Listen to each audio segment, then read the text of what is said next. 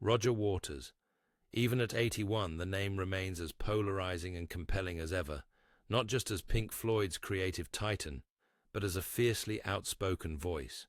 He crafted musical masterpieces that redefined generations, yet his life has been equally defined by controversy and complex relationships, particularly within his own family. Now, as he reflects on a storied life, a surprising financial reality is unfolding, a legacy not just of immense wealth, but one laden with untold narratives that are compelling enough to bring his own family to tears. Are these tears of overwhelming joy, profound regret, or perhaps a mixture of untold complications? We delve into the hidden chapters behind Roger Waters' vast fortune, exploring the previously unrevealed details of the inheritance he leaves behind, and why it's a fortune that literally makes his family cry. A truth that will reshape your understanding of one of rock's most monumental figures.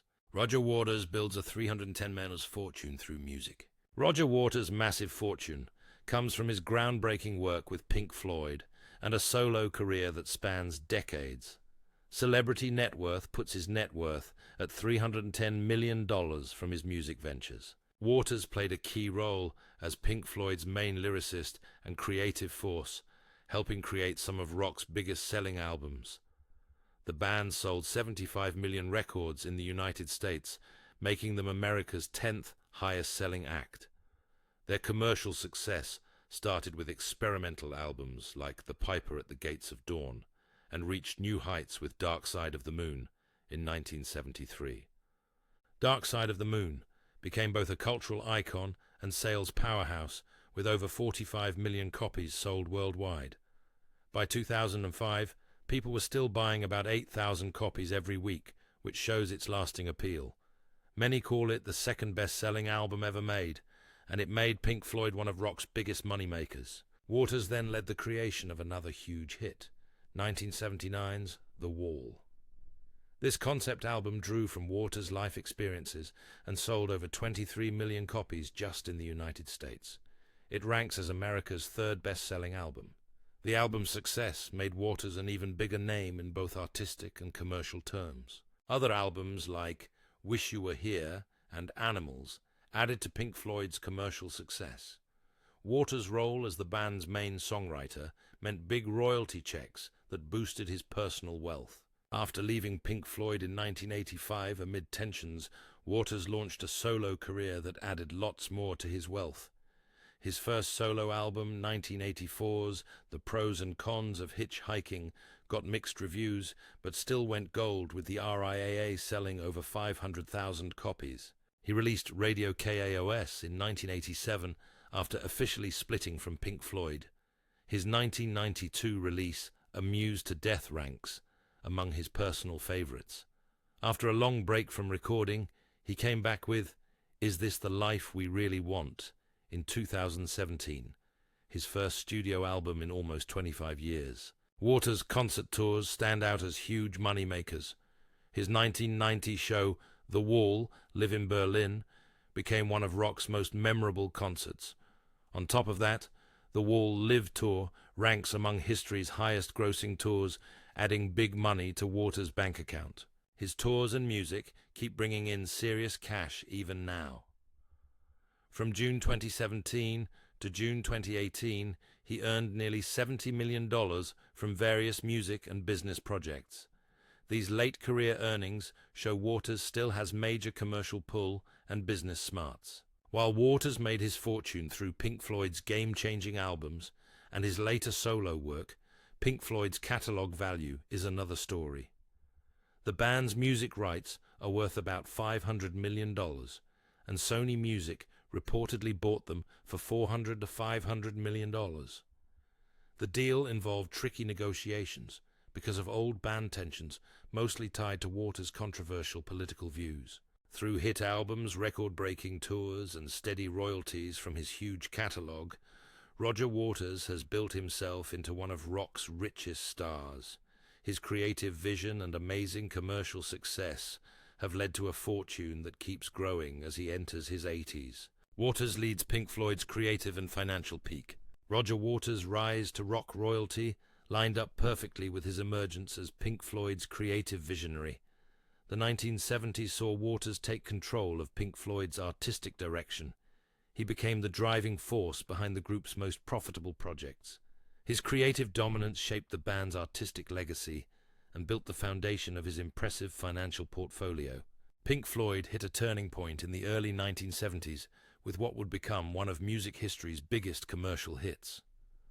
Dark Side of the Moon transformed the music industry after its 1973 release.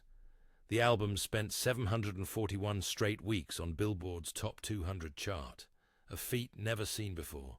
Sales topped 45 million copies worldwide, making Pink Floyd a powerhouse in the recording industry.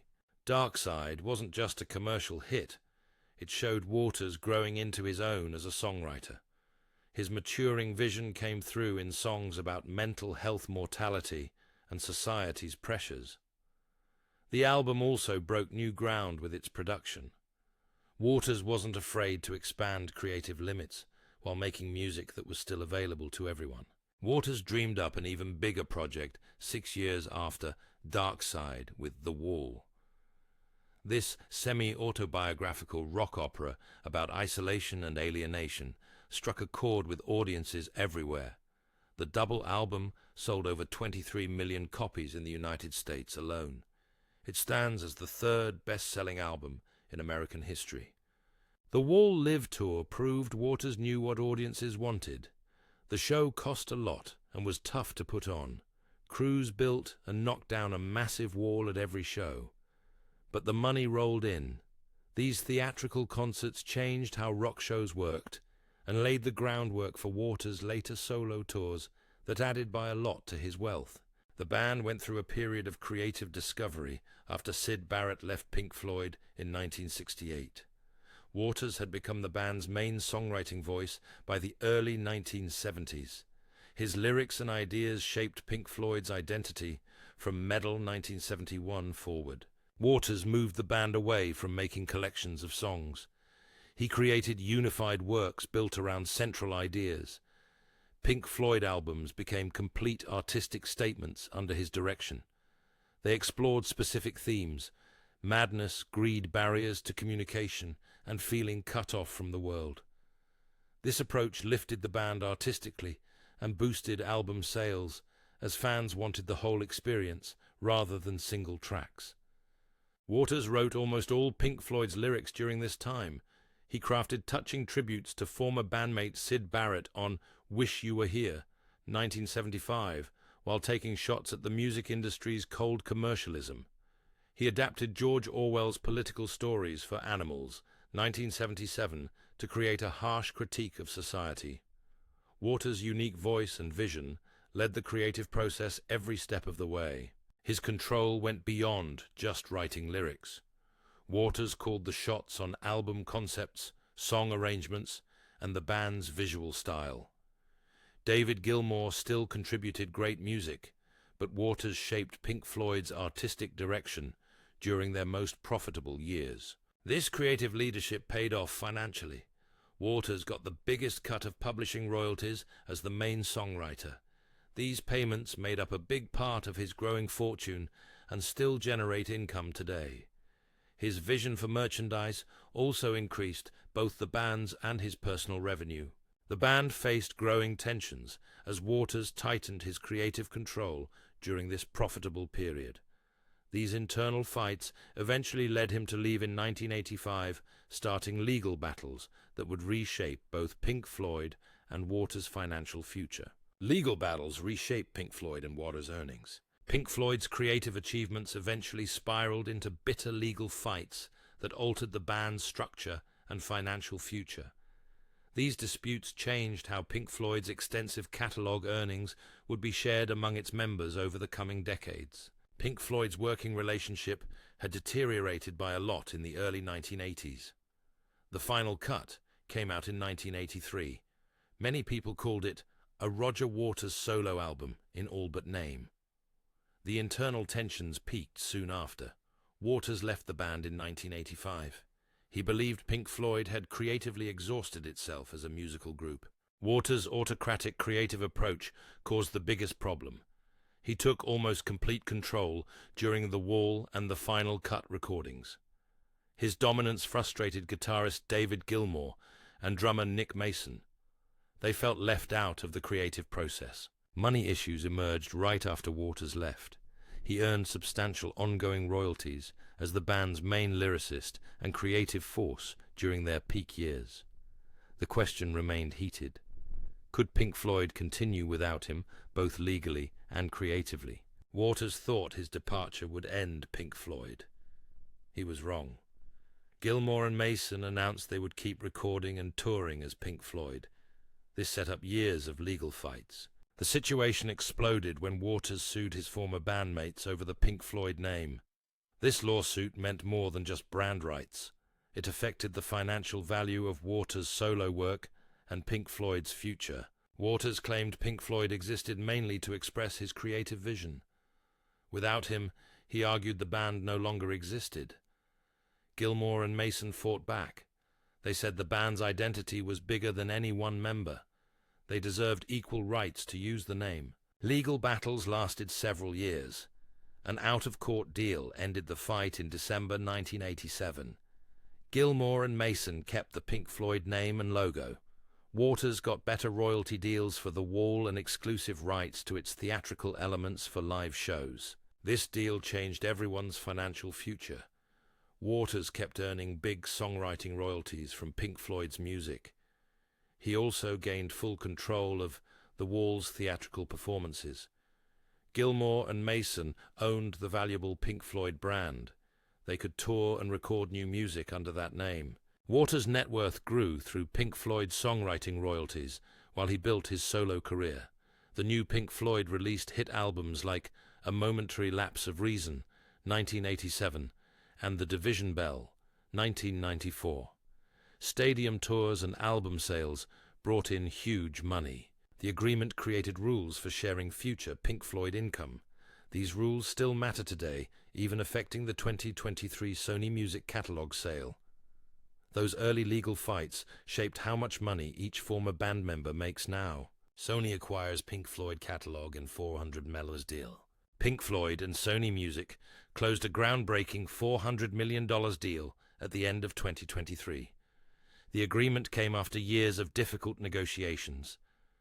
Sony now controls one of rock music's most valuable recorded catalogs and has the rights to use the band's likeness.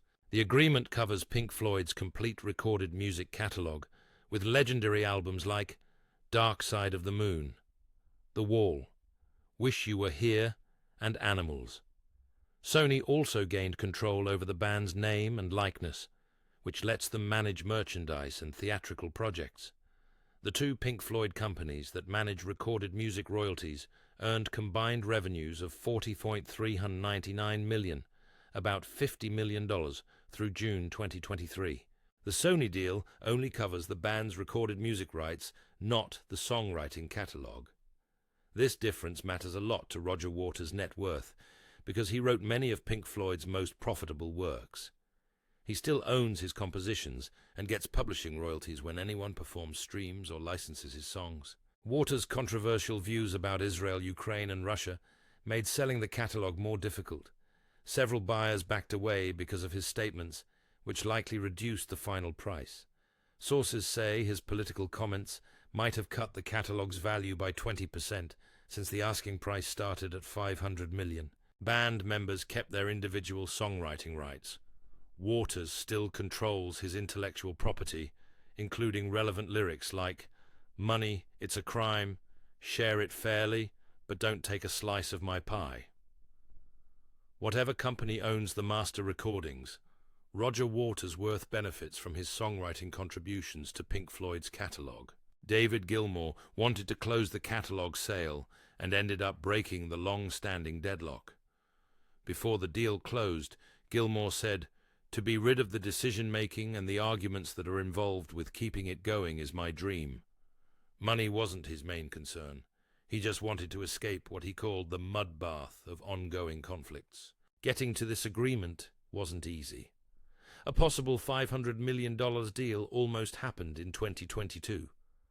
Constant conflicts between band members, especially about Waters' controversial statements, kept derailing talks. Sources said the catalogue sale was basically dead during this time because of internal fights. Gilmour explained more to the Washington Post in September 2023. "My reason for wanting to do it is I don't want to burden my kids with that whole legacy.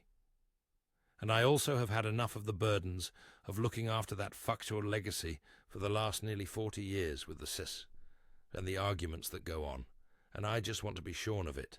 Gilmour's determination won out and ended what Financial Times called years of disagreements between him and Waters. The $400 million deal now gives Sony substantial control over Pink Floyd's commercial future. Waters and Gilmour still own their respective songwriting catalogues separately. Political activism impacts Waters' business ties. Roger Waters built his wealth through music and real estate, but his outspoken political activism now puts his business relationships and finances at risk. The Pink Floyd co-founder's later career made him a prominent figure, not just in music, but also for his controversial political views that rippled through his business empire. BMG Rights Management dealt Waters a major business blow in 2023 by ending his publishing deal because of his political comments. The German music company had signed him in 2016 to represent his Pink Floyd catalogue share and solo works. All the same, BMG's then CEO Thomas Shearer announced they wouldn't renew Waters' agreement after his comments about Israel-Ukraine, and Russia drew widespread criticism. This wasn't just a symbolic rejection. It cut off a profitable revenue stream from Waters' portfolio. Publishing deals usually give artists advance payments and ongoing royalties. The lost contract reduced the potential income that would have added to Waters' worth. This broken partnership shows how Waters' political activism created real financial damage. His comments about Ukraine also led to cancelled concerts in Poland, which cut into his tour income, the lifeblood of his wealth building. Yet his political activism boosted his appeal among supporters who share his views, opening new revenue streams through targeted shows and merchandise. Some audience segments value his brand more because of his activism. Waters' situation shows celebrity activism's two sides. His net worth stays strong at about $310 million, but his political views have complicated his business deals and limited some growth opportunities. These controversies keep affecting potential partnerships, as some companies actively avoid working with Waters, despite his legendary rock status. Waters keeps up his political advocacy while making music, and his activism's financial effects remain a key part of understanding his total net worth. Waters' personal life reflects a complex legacy. A man with a complex personal experience stands behind the musical genius and political activist. Roger Waters has managed complex family relationships while amassing his $310 million fortune. His personal legacy remains as multifaceted as his artistic contributions. Waters' romantic history shows his quest to find connection while managing a demanding career. He married Judy Trim in 1969, but their relationship ended in 1975 when Pink Floyd reached global fame. His second marriage to Lady Carolyn Christie in 1976 brought him 2 children. Their son Harry was born in 1976 and daughter India arrived in 1978. The marriage lasted until 1992, right after Waters established his solo career. Waters found love again with Priscilla Phillips in 1993. She gave birth to his third child, Jack Fletcher. Their marriage ended in 2001. His fourth marriage to filmmaker Laurie Durning lasted from 2012 to 2015. Waters reportedly called this union a mistake during divorce proceedings. Waters has kept different levels of closeness with his 3 children through the years. His role as a parent often took second place to his music career and political activism. Many successful artists face this challenge of balancing work and family life. Waters' private family life shows how wealth and celebrity status can both boost and strain relationships. His massive net worth provides security for his family's future generations. However, His fame creates unique pressures for his children, who grew up as rock royalty. Professional tensions spilled into his personal life. Waters' complicated relationship with David Gilmour affected Pink Floyd's finances, and his complex personality shaped his family bonds. His children stayed away from public attention and built their own identities beyond their father's legacy. The distribution of Waters' $310 million fortune among his 3 children and other possible beneficiaries will create a lasting financial impact. His estate planning choices remain private, yet Waters' wealth will benefit his family for generations as they deal with the emotional legacy of being related to rock's most controversial figures.